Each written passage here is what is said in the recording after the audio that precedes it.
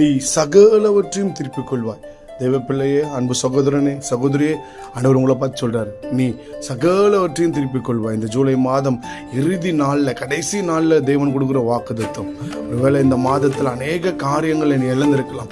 இதுவரையும் இந்த 7 மாதத்தில் கர்த்தர் உன்னுடைய வாழ்க்கையில் எல்லாவற்றையும் நீ இழந்தவைகள் எல்லாம் பற்று கொண்டிருக்கிறார். ஆண்டவர் சொல்றாரு, வருகிற இந்த 5 மாதமும் இது ஒரு அறுவடையின் மாதமாக உனக்கு எனக்கு இருக்க போகிறது. இந்த மாதங்கள் முழுவதுமாக நீ திருப்பி கொள்ள போகிற.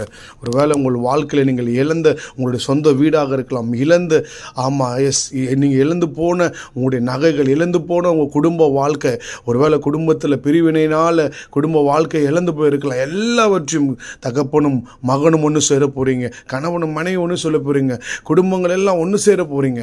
ஆண்டவர் சொல்கிறாரு, உங்கள் வாழ்க்கையில் எதெல்லாம் இழந்து போனியோ, அந்த தாவீது இழந்து போனதை எல்லாம் பெற்றுக்கொண்டது போல இன்றைக்கு நீங்களும் அதை இழந்து போன எல்லாவற்றையும் திருப்பிக் கொள்ள போகிறீங்க.